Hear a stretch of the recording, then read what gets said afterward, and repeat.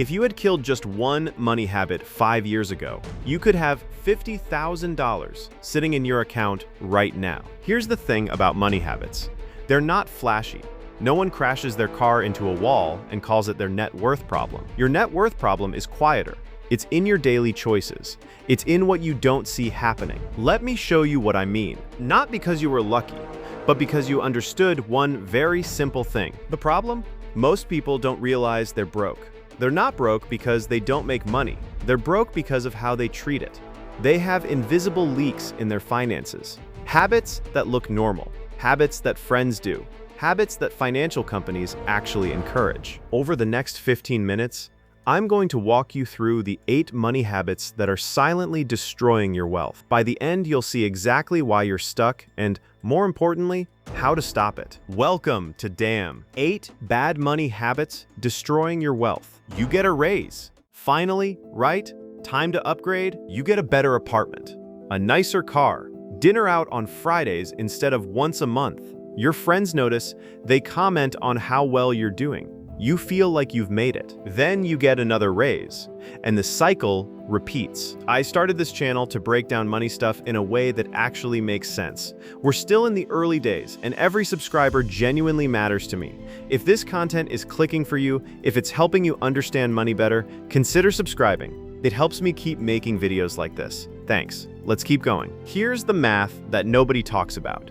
Nearly half of all Americans earning over $100,000 a year are still living paycheck to paycheck. They make 6 figures and have nothing. Why?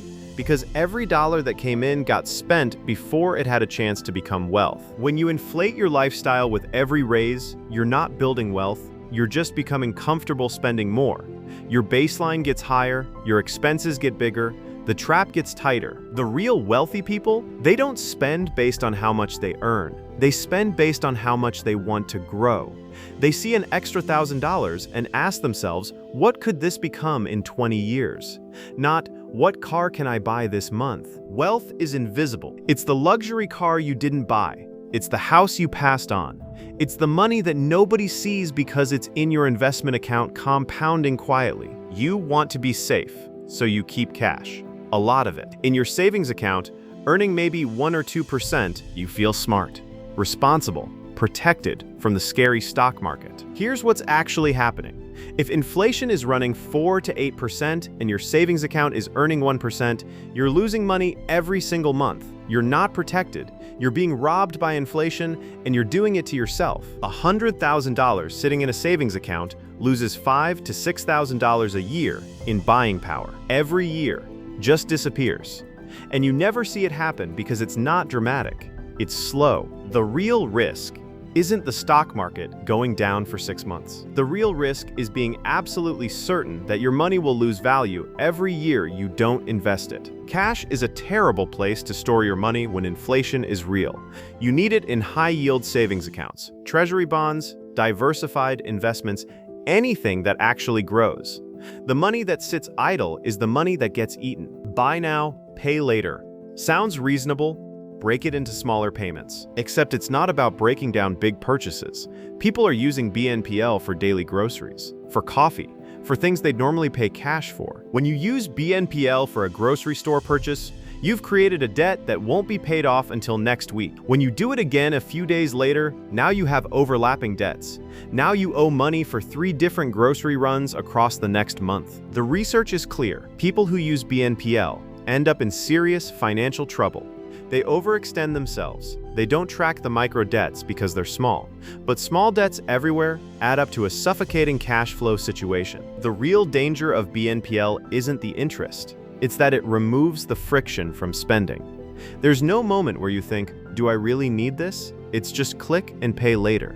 The pain of paying is gone. The pain of paying is the feature that stops you from buying garbage. BNPL removes that feature, and your wallet pays the price. You pay your rent, your utilities, your credit cards, your subscriptions. Then, whatever is left over, that's yours. That's your savings. Spoiler alert, nothing is left over. There never is. Here's why. If you tell yourself you can spend first and save the leftovers, Parkinson's law takes over. Your expenses expand to fill every dollar you have. By the time the month ends, there's nothing left, zero. You didn't save because there was nothing to save. Successful people flip this around. They pay themselves first. Before rent, before groceries, before anything. That money goes straight into an investment account where they can't touch it. Their lifestyle shrinks to match what's left. It sounds backwards, but it works because you're not relying on willpower. You're not hoping that you'll save what's left. You've automated the process. The money leaves before you ever see it. Your spending adjusts automatically. This single habit swap can turn someone from zero savings to serious wealth over a decade. You get advice that sounds good? Get debt-free first, then invest. This is wrong. Not completely wrong, but wrong in a way that costs you hundreds of thousands of dollars. Here's the distinction nobody makes. There's bad debt and there's productive debt. Bad debt is a 23% credit card balance. That needs to die immediately. Productive debt is a 3% mortgage or a subsidized student loan. That's cheap money in a world where the stock market returns 7 to 10% annually. If you're aggressively paying down your 3% mortgage while you're not investing, you're missing decades of compound growth. You can never get that time back. The math is simple. If your mortgage is 3% and stocks return 8%, paying off the mortgage early is the wrong financial move. You're giving up 5% annual growth to eliminate a 3% liability. The right move is to invest the money. Let it compound. In 20 years, the growth will be enormous. Meanwhile, you're paying off the mortgage slowly with money that's becoming less valuable every year anyway. The fear of debt paralyzes people into bad decisions. Not all debt is the enemy. Some debt is a tool. You create a budget. You track every penny. You cut out the fancy coffee. You eliminate subscriptions you don't use. You feel virtuous. You feel like you're winning. You set up autopay for your utilities. That's smart. Then you set up a meal kit service, a streaming platform, a fitness app, premium features here and there. You're on autopilot. Every charge happens automatically. You don't think about it. 6 months later, you're paying for 3 streaming services you never watch, 2 meal kits you quit using, 5 app subscriptions gathering dust. Companies know this. They count on it. They make their money from people who forget they're paying. The global meal kit market is worth $6.2 billion right now. That's not because the food is that good. That's because millions of people have autopay running and have forgotten about it. Add shrinkflation to the mix, where companies shrink the product while keeping the price the same, and you're paying more for less without even noticing. Financial autopilot sounds organized. It's actually how you leak money without realizing it. Then nothing changes.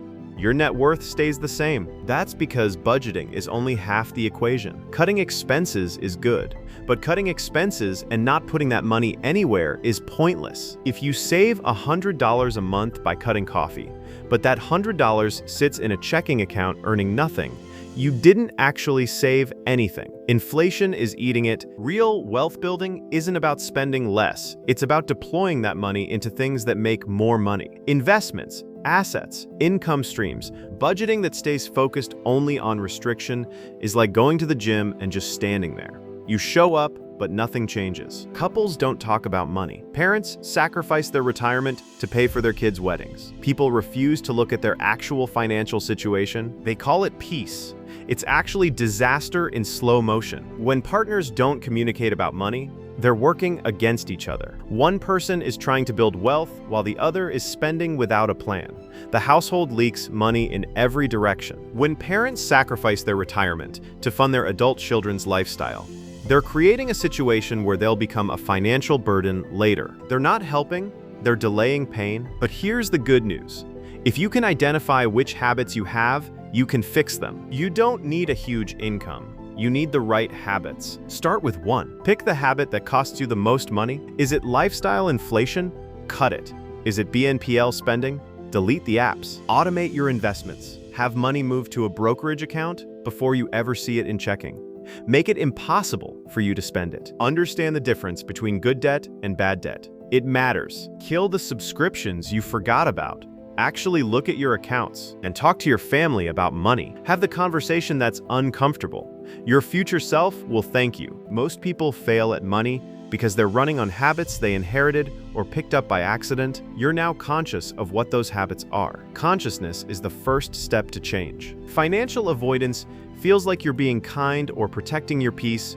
What you're actually doing is guaranteeing financial chaos later. The conversation you don't have today becomes the emergency you can't handle tomorrow. Here's what these 8 habits look like over time. Someone making $75,000 a year with lifestyle inflation, BNPL spending, subscription bleeding, and no investing could be hundreds of thousands of dollars behind in just 10 years.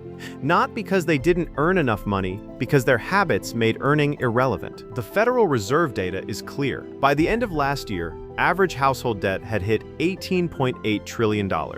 Credit card delinquency rates are at 7.13%. Nearly half of middle-class families can't cover a $5,000 emergency without going deeper into debt. These aren't people who are poor.